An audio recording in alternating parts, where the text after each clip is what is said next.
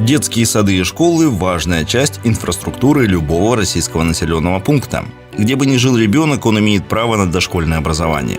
Сегодня выбор таких учреждений огромен. Государственные и частные, с дополнительными занятиями по английскому языку, с бассейном и сенсорными комнатами, с логопедом или еще целым штатом педагогов и всевозможных специалистов. Но это в городах.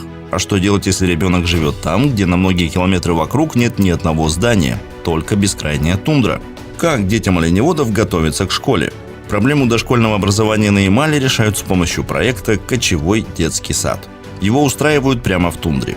Как проходят дни в таком детском саду? Сколько детей в одной группе? Чем занимаются малыши? Кто работает воспитателем в кочевом детском саду? Об этом мы расскажем подробнее в нашем видео. Но прежде чем мы начнем, не забудьте подписаться на YouTube-канал Ямал Медиа. Здесь вы найдете много материалов о жизни на Крайнем Севере, о природе Ямала, быте кочевников-оленеводов, а также удивительных и порой невообразимых фактах о нашем с вами доме – планете Земля. А еще у нас появился канал в Вайбере, где мы рассказываем о главных новостях Ямала и Арктики. Подписывайтесь, ссылка в описании. А мы начинаем.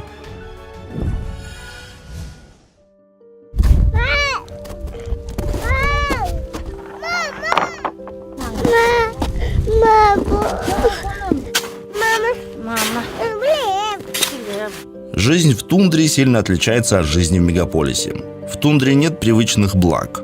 Водопровода и центрального отопления, нет доставки еды, общественного транспорта, высотных зданий, да и, в общем-то, никаких зданий тут нет. Домом здесь служит чум, который хозяйка соберет или заново поставит всего за пару часов. С малых лет каждый ребенок знает, что без оленя в тундре не прожить. А лучший способ передвижения по здешним местам – нарты или снегоход. К школьному возрасту, то есть к 6-7 годам, эти дети умеют самостоятельно кочевать по тундре, но зачастую совершенно не знакомы с простыми элементами быта. Для них в диковинку обычная кровать, они не умеют пользоваться туалетом или душем. В то же время именно в этом возрасте ребят отправляют в школы-интернаты, где им предстоит учиться несколько лет и видеть родителей только на каникулах. Отрыв от семьи и столкновение с новой жизнью вызывают у детей большой стресс. Чтобы помочь маленьким оленеводам подготовиться к школе, на Ямале реализуют проект «Кочевой детский сад». Кочевые детские сады бывают двух видов. Первый – более стационарный. В этом случае детский сад устраивают в факториях, небольших населенных пунктах. Здесь периодически останавливаются семьи оленеводов, чтобы закупиться продуктами и пополнить запасы бензина. Детские сады в факториях обеспечены всем необходимым оснащением – книгами, игрушками, развивающими методическими материалами.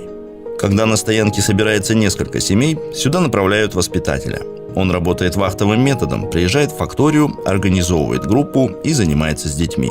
Второй вариант такого детского сада – по-настоящему кочевой. Воспитатели переезжают с места на место вместе с семьями оленеводов.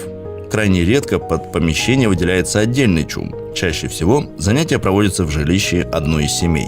Впервые кочевой детский сад на Ямале начал свою работу в 2014 году.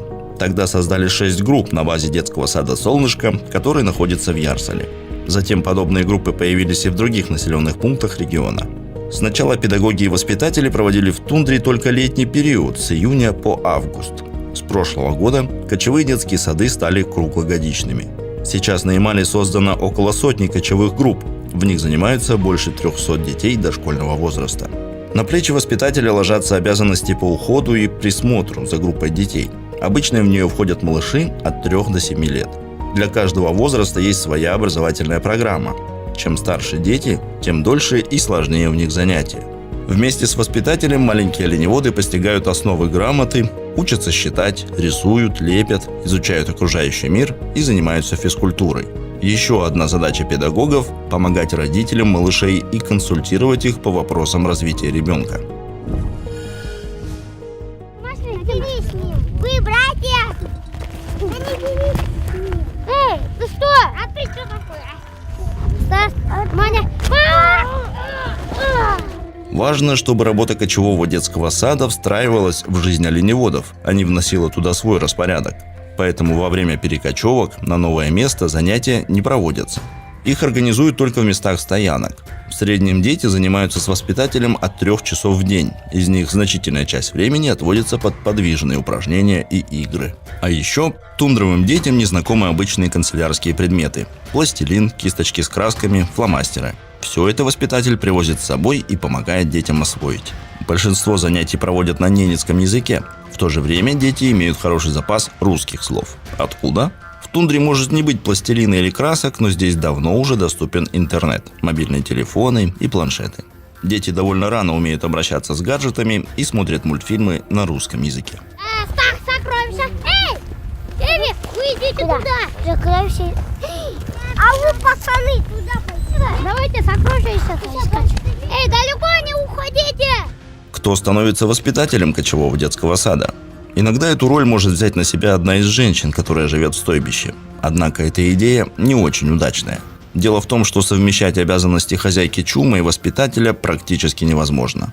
У женщины, которой надо управляться по хозяйству, нет ни одной лишней минуты. Она и чум ставит или собирает его при кочевках, и готовит еду на все семейство, и рубит дрова для очага, и следит за самыми маленькими детьми, а еще и шьет одежду на всех. Куда в эту и без того многозадачную жизнь добавить еще детский сад? Непонятно. К тому же соседям по стойбищу не очень это нравится. Создается впечатление, будто у такой хозяйки-воспитателя появляется особое положение.